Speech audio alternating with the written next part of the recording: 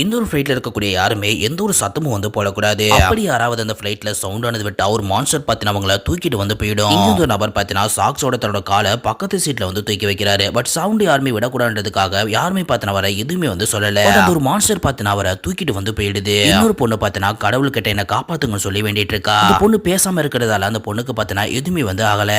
பக்கத்து சீட்ல பாத்தீங்கன்னா ஒரு குழந்தை அழுதுட்டு வந்து இருக்கு. அந்த குழந்தை அழுகிறத பார்த்துட்டு அந்த ஃபிளைட்டோட அட்டெண்டன்ட் வந்து அலாமைரோன்னு சொல்லி அந்த குழந்தைய பாத்தீங்கன்னா சமாதானப்படுத்துவோம். அந்த குழந்தைய பார்த்தீங்கன்னா அழுகி வந்து நிறுத்திடுது. இவங்க இப்படி பண்ணிட்டு இருக்கிறத ஒரு நபர் பார்த்தீங்கன்னா பார்த்துட்டு இங்க அப்படி என்ன நடந்துட்டு இருக்குன்னு சொல்லி கொஞ்சம் சத்தமா வந்து பேசிடுறாரு.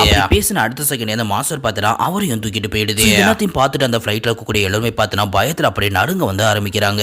அந்த ஃபிளைட்டை ஓட்டிட்டு இருக்கக்கூடிய பைலட் கூட பாத்தீங்கன்னா சவுண்ட் எது கேட்டக்கூடாதுன்றதுக்காக ஃபிளைட்டை ஓட்டாம தூங்கிட்டு வந்து இருக்காங்க. ஃபிளைட்டோட அட்டெண்டன்ட்டும் அவங்க தூங்கட்டுன்னு சொல்லி அவங்களுக்கு மேல பார்த்தீங்கன்னா ஒரு பெட்ஷீட்டை போத்திட்டு வந்து போறா. அந்த ஒரு ஃபிளைட்டுமே பார்த்தீங்கன்னா ஒரு பாலைவனத்துல போய் கிராஷ் ஆகி வந்து நிக்குது. பட் அப்ப கூட பார்த்தீங்கன்னா யாரும் எந்த ஒரு சவுண்டு போடாம அவங்க சீட்ல அப்படியே வந்து உட்கார்ந்துட்டு இருக்காங்க. அப்படியே உட்கார்ந்துட்டு இருக்கும்போது அந்த ஃபிளைட்டோட அட்டெண்டன்ட் பாத்தீங்கன்னா அந்த மான்ஸ்டர் இந்த கிராஸ்ல இறந்து போயிடுச்சுன்னு சொல்லி அனௌன்ஸ் ஆனது பண்ணிட்டு இருக்காங்க. அதை கேட்ட உடனே அந்த ஃபிளைட்ல இருக்கக்கூடிய நபர்கள் எல்லாம் பாத்தீங்கன்னா எழுந்து வந்து ஓட ஆரம்பிக்கிறாங்க. இங்க இப்படி நடந்துட்டு இருக்கும்போது அந்த ஃபிளைட்டோட பாத்ரூம்ல இருந்து பாத்தீங்கன்னா ஒரு நபர் வெளில வந்து வராரு. வெளியில வந்து பார்த்ததுக்கு அப்புறமா தான் அவருக்கு தெரிய வருது ஃபிளைட் ஆனது கிராஷ் ஆகி வந்து இருக்குன்னு.